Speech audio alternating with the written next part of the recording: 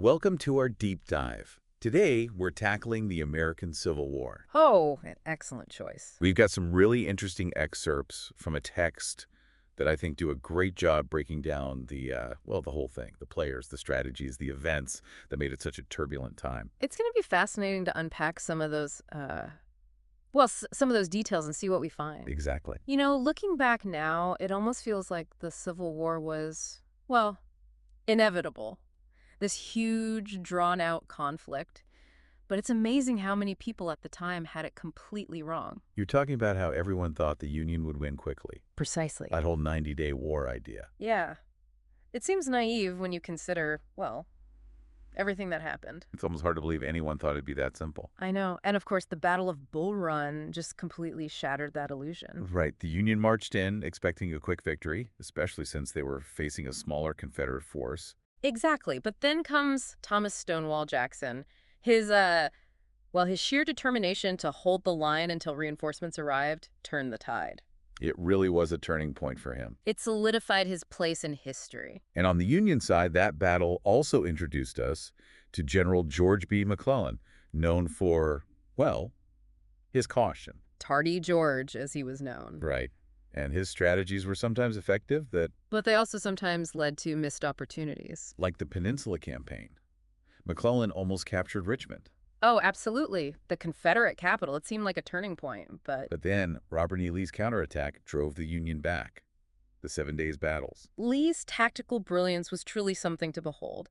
And it's important to remember what the North's overall strategy was at that point. Right, to set the stage a bit. Exactly. Our text outlines 6 key components. Blockading the southern coasts, to cripple trade. Liberating slaves to disrupt their autonomy. Then there's gaining control of the Mississippi River. Splitting the Confederacy. Right. And sending troops through Georgia and the Carolinas, of course capturing Richmond, and then engaging the enemy in a war of attrition. Just wearing them down. Precisely. So basically attacking from all sides, militarily and economically. Exactly, a multi-pronged approach. It speaks to the challenges Lincoln faced trying to bring the rebellion to an end. And then while all this is happening on land, there's a whole other conflict brewing at sea. Oh, absolutely. The naval warfare was crucial. Right. The North's blockades were really starting to choke the South's trade with Europe. They were, but the Confederacy found ways to get around them. Right. They developed these fast ships designed to slip past the blockades. They'd exchange cotton for weapons and supplies. Clever. It was. And this is also where we see technology come into play. You're talking about the ironclads. Yes. Iron-plated warships. They were practically immune to regular cannon fire. It was revolutionary. A complete game changer. Our text specifically highlights the clash between the Confederate Virginia and the Union Monitor. Imagine these two iron behemoths just pounding away at each other. That must have been incredible to see. It was a draw, ultimately, but it marked a pivotal moment in naval history. The decline of the old wooden warships. The beginning of a new era. It's amazing how war often pushes technology forward. Necessity truly is the mother of invention. And speaking of pivotal moments, I think it's fair to say the Battle of Antietam was where things really shifted in the war, wouldn't you? Oh, without a doubt. Lee had repelled McClellan in Richmond, then moved north. He even won the Second Battle of Bull Run. It was looking good for the Confederacy. It was, but then, at Antietam, McClellan got his hands on Lee's battle plans. He managed to halt the Confederate advance. Not a decisive victory, but still a huge moment. Huge, especially politically. Lincoln saw this as his chance to issue the Emancipation Proclamation. The document that would change everything. It's important to remember, though, the proclamation didn't apply to the border states. The ones that were still kind of on the fence. Exactly. Lincoln needed those states on his side. So even as he took this bold step toward ending slavery, he still had to play politics. He did. And those political considerations are really fascinating because they reveal just how complex Lincoln's leadership was. But the Emancipation Proclamation, even with its limitations, had a profound impact. It reframed the entire purpose of the war. It was no longer just about preserving the Union. It was about ending slavery. What a powerful moral argument for the North. It was. And of course, the South saw this as a direct attack on their way of life. They did. They accused Lincoln of trying to start slave revolts. But for the North, it galvanized public opinion. Imagine the shift in sentiment, the renewed fervor to fight for a just cause. It's really incredible how this single document, with all its imperfections, reshaped the entire conflict. Absolutely. And it led directly to another significant development: Black Americans enlisting in the Union Army. In increasing numbers. As the war dragged on and manpower dwindled, they became crucial, fighting for their freedom and the freedom of their families. It's amazing, their courage and determination, facing not only the dangers of battle, but the prejudice within the Army. It really is. Sadly, the Confederacy only tried to enlist black soldiers at the very end. Out of desperation. Yes, a futile move. So we have all this going on, the Emancipation Proclamation and its effects. But back in the East, the Union was still struggling to find a general to match Robert E. Lee. They were. McClellan was replaced by a string of commanders. First, Ambrose Burnside, who was defeated at Fredericksburg, then Joseph Hooker, who lost at Chancellorsville. Even though he managed to mortally wound Stonewall Jackson. Right, a bittersweet victory. And finally, we have General George G. Meade, who goes up against Lee at the Battle of Gettysburg, a pivotal moment. One of the most famous battles of the war. It was. Firstly, Pickett's charge, the Confederate assault, failed. It was a major setback for Lee. If they had won, Confederate President Jefferson Davis was prepared to send negotiators to Washington. Trying to force a peace settlement. A recognition of Confederate independence. It's crazy to think how close they came to potentially changing the course of history. It really is, and Gettysburg also holds a lot of symbolic weight. Lincoln gave his famous Gettysburg Address there, this powerful message of unity and sacrifice that, well, that still resonates today. A speech about the ideals at stake, the fight for freedom, and the sacrifices made to achieve it. Precisely. But while these Eastern battles were dominating the headlines, there was a whole other theater of war unfolding in the West. And that's where this new kind of leader was emerging. Yes, a leader whose strategic vision and determination would prove crucial in the fight to save the Union. So while these massive battles were happening in the East, you mentioned this other story unfolding in the West. What was it about this leader that set him apart? In the West, it was Ulysses S. Grant, who was really starting to make a name for himself. Grant, okay. His early victories capturing Fort Henry and Fort Donelson really showcased his strategic thinking, his willingness to take risks. But he wasn't invincible, right? You're thinking of Shiloh. Yeah, Shiloh, wasn't that a pretty big setback for him? Oh, it was brutal. 2-day fight, heavy losses on both sides. Shiloh was a hard lesson for Grant. But he learned from it, came out with a deeper understanding of the realities of war. It's interesting how sometimes those early defeats can shape a leader, you know? It seems like for Grant, it really fueled his determination. He went on to win at Vicksburg. He did. Regrouped, reorganized, and ultimately secured a crucial victory at Vicksburg, Which gave the Union control of the Mississippi. effectively cutting the Confederacy in two. It was a major turning point, Vicksburg. It's absolutely. But it makes you wonder, how did Grant gain Lincoln's trust, especially after facing so much criticism early on? Grant had an unwavering belief in his strategies and a relentless pursuit of victory. He knew the war couldn't be won by just defending territory. He advocated for going after the enemy's resources, crippling their ability to fight. A bold approach. And in the end, it was an approach that Lincoln came to agree with. And this is where William Tecumseh Sherman comes in. And his march through Georgia. That was really total war, right? Precisely. What was Sherman's goal exactly? To break the South's will to fight.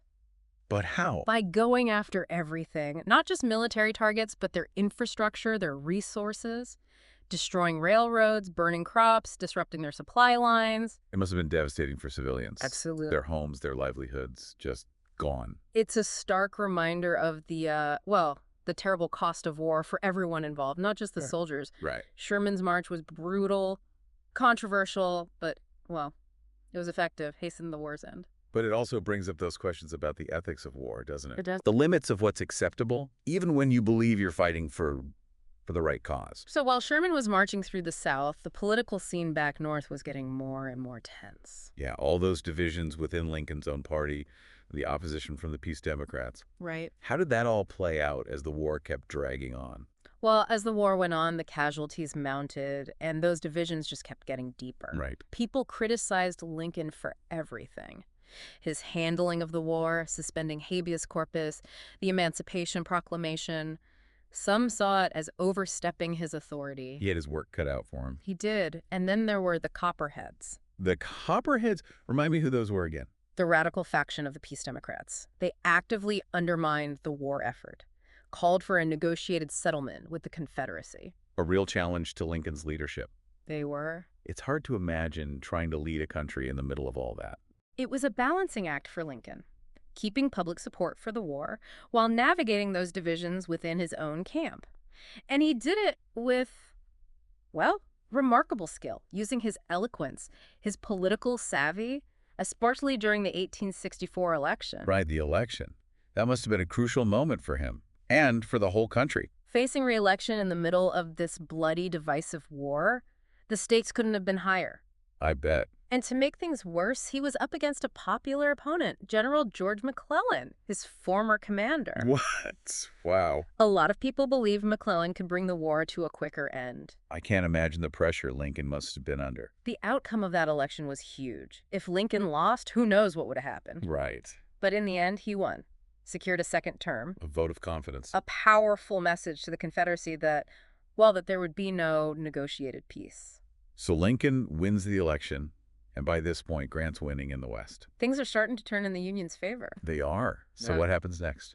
We move into the final stages of the war, and we see Grant's relentless pursuit of victory. Okay. His strategic brilliance, combined with the Union's growing resources, starts to put a lot of pressure on Lee's forces. We've talked about all the big strategies and the key battles and all the political maneuvering, but I think for this last part of our deep dive, I'd like to kind of shift gears a bit and focus on the people, the individuals whose lives were just, well, completely changed by this conflict. You're right. I think it's easy to get caught up in the big picture and forget that each statistic represents a human life, Absolutely. a story of courage, of loss, and resilience. And the human cost of the Civil War is just, well, it's immeasurable. We talk about those staggering numbers, over 600,000 lives lost, Right.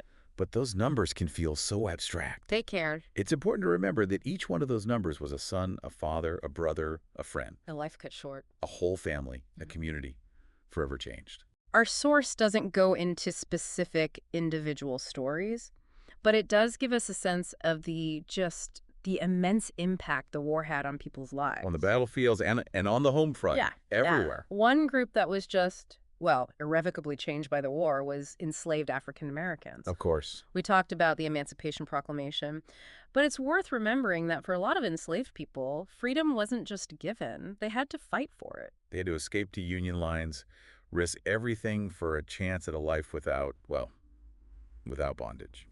And so many of those who did escape went on to fight for the Union, formed all-black regiments, Wow. facing incredible hardships, prejudice, And yet they fought with such courage and determination. for their own freedom and for the freedom of all those still enslaved. Powerful. Their stories are so important Absolutely. to understanding the full scope of the Civil War. Right.